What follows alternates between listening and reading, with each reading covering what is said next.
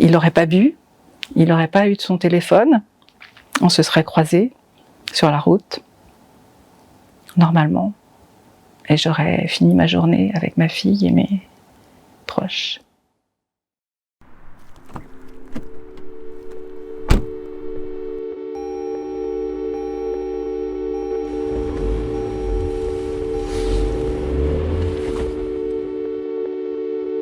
Alors, je suis Véronique, j'ai 63 ans, je suis mariée, j'ai eu 4 enfants. Nous habitons un petit hameau à la campagne, pas loin de Fontenay-le-Comte, à une dizaine de kilomètres. En 2013, donc le mois de mai n'était pas très beau en 2013, il avait plu beaucoup, il pleuvait assez souvent. Et on était partis avec ma dernière fille, la dernière de mes filles, qui avait 11 ans à l'époque, faire une petite journée à La Rochelle. Et puis on est remonté dans la voiture, il était à peu près 18h30, j'ai regardé l'heure, et j'ai dit en souriant à ma fille, on va rentrer tranquillement, on va arriver, on va avoir juste à se mettre les pieds sous la table, et à partir de là, plus rien, aucun souvenir. Donc tout ce que je connais, c'est elle qui me l'a raconté. Et elle me dit, tu as crié, donc j'ai levé la tête et j'ai vu une voiture qui arrivait en faisant des têtes à queue, elle n'a pas employé ce mot tête à queue, mais en tournant sur elle-même et qui est venue nous taper. J'ai su bien sûr après que c'était quelqu'un qui avait une alcoolémie de 2 grammes mesurée dans le sang, la prise de sang, et qui avait beaucoup utilisé son téléphone portable dans les minutes précédant l'accident. Et il était mal en point aussi, puisque on s'est retrouvés tous les deux en même temps aux urgences de La Rochelle. J'ai été 10 jours dans le coma. Les blessures physiques que j'ai eues, la principale, c'est une grosse fracture du bras gauche, avec mon coude complètement cassé. J'ai eu aussi une fracture du bassin. J'ai eu aussi une cervicale fêlée.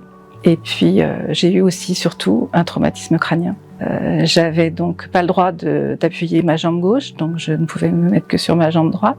J'avais le coude avec des fixateurs externes qui sont des tiges de métal qu'on fixe dans les os et qui sont reliées entre elles pour empêcher tout mouvement, le temps que les choses se refassent. Et j'avais une minerve, bien sûr, autour du cou. Donc, quand on est dans une situation comme ça, on fait pas sa toilette tout seul, on va pas aux toilettes tout seul, et on se sent, dépendant complètement.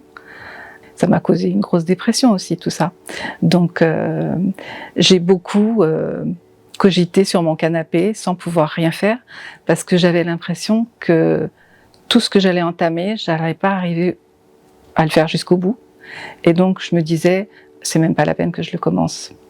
Pendant plusieurs mois, voire plusieurs années, je ne savais plus m'organiser. Ça jouait sur la façon que j'avais d'avoir une vue d'ensemble sur les choses. Et moi qui suis donc maman de 4 enfants, c'était ma vie de savoir tout ce qu'il y avait à faire au début d'une journée. Je savais tout ce que et j'avais la vue d'ensemble, quoi. Alors au niveau du jugement, je sais qu'il a eu une amende et 8 mois de retraite permis. J'ai pas pu être présente au premier procès dans lequel il a été condamné à ça, parce que j'étais pas en état d'y aller. Et puis en fait, il a fait appel, parce que c'était trop pour lui. Il pouvait pas aller travailler s'il avait pas de véhicule, donc il a fait appel. L'amende a été augmentée. Le retrait de permis a été abaissé. On est sorti de la salle, moi d'un côté avec mon avocate, lui de l'autre avec son avocat. Et puis au bout d'un moment, il est venu me voir et il m'a dit je m'excuse si je vous ai causé du tracas. Et puis il m'a dit je suis pas un alcoolique et j'ai rien pu dire. J'ai rien pu dire. Ça serait maintenant, je lui dirais, mais je m'en fiche que tu sois pas alcoolique. Le jour où tu as croisé ma route, t'avais bu, t'avais trop bu. Tu le sais, on peut pas ignorer aujourd'hui le taux d'alcool à ne pas dépasser avant de prendre le volant. Et donc, que tu sois alcoolique ou pas, le terme, tu avais trop bu ce jour-là et c'était pas la chose à faire. En colère, j'ai une colère au fond de moi, ça c'est sûr. Malheureusement, c'est mes proches qui la prennent de plein fouet, alors que ça ne devrait pas. la personne en cause, je préfère le considérer comme un imbécile, et l'impression générale que ça me donne, c'est le gâchis, quoi. Le gâchis pour nous, qui n'avons rien demandé, le gâchis sûrement pour lui, qui a eu des soucis, bien sûr, de santé, oui, des soucis évitables, parce qu'en respectant les lois, en respectant l'alcoolémie à ne pas dépasser, en respectant les limitations de vitesse, en respectant que c'est interdit d'utiliser son téléphone au volant, des choses comme ça ne doit pas arriver.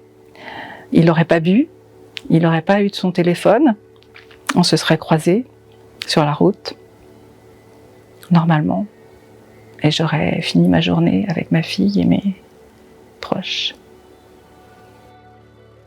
Mon message, c'est que les lois existent, la réglementation existe, et que donc il faut simplement les respecter.